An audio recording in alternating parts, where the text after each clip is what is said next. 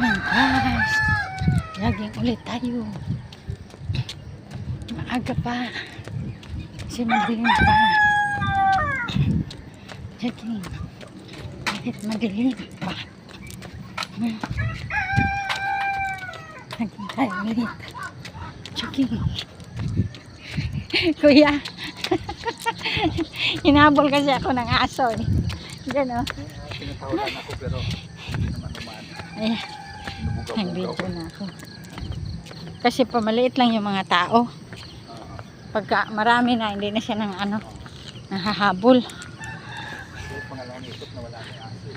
Oo nga. Nandun kanina. Siguro sabi niya, ang dami na nila. May mga umiikot na. Pag ganito na Lunes na, saan maraming tao. O may pasok, no? Pag Sabado talaga at saka Linggo. Back to normal na. Back to normal na naman. Kaya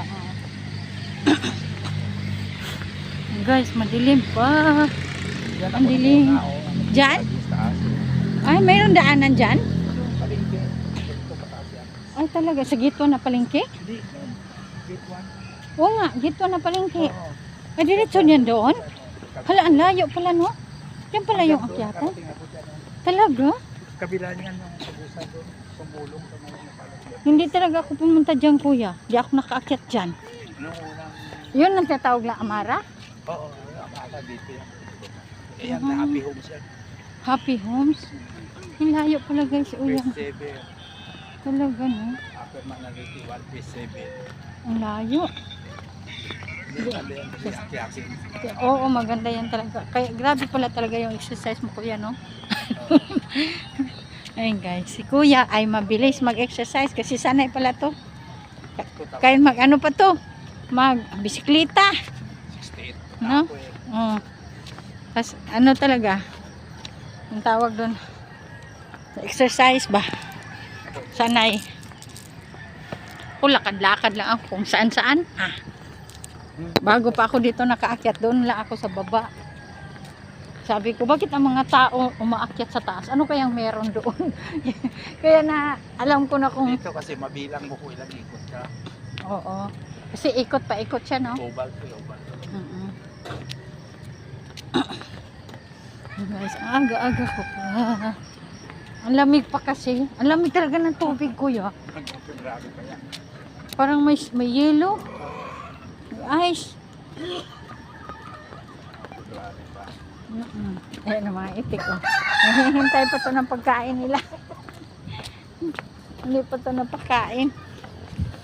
Tulog pa yung bus nila siguro. Si sir, yung ano, jogging din yun.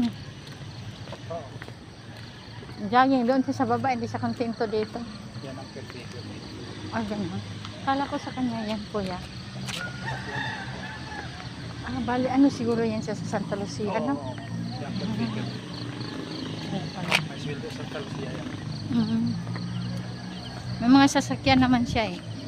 Ayun na rin si tatay yung manguha ng ano, yung damo para sa kambing niya.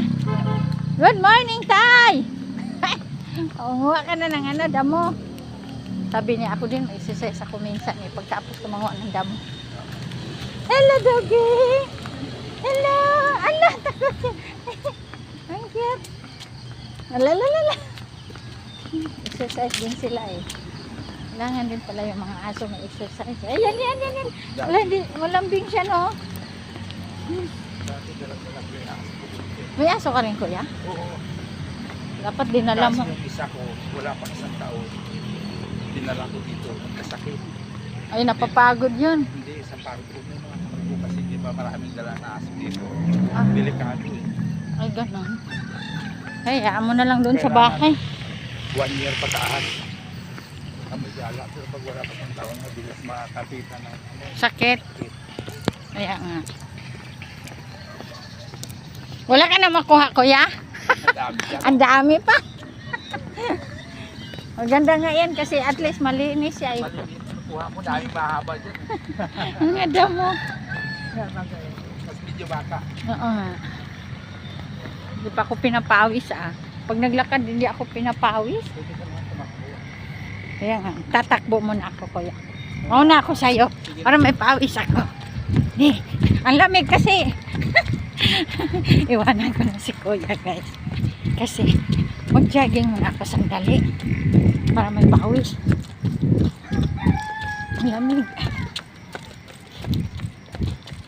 Ang lamig. Para papawis, di na malamig. Pawis na. Hindi siya malamig. Kailangan magpapawis. Na umaga-umaga. Balik jogging. Kaya 3 araw na walang jogging. Balik.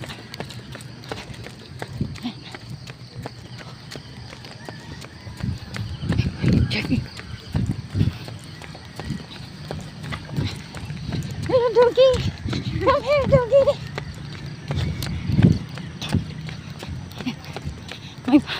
May aso dito, guys. May pusa din. Ayan o. Ming! Ayan, guys. Oh, may pusa din. Hello, Ming! May aso, tas may pusa. Ayan, guys.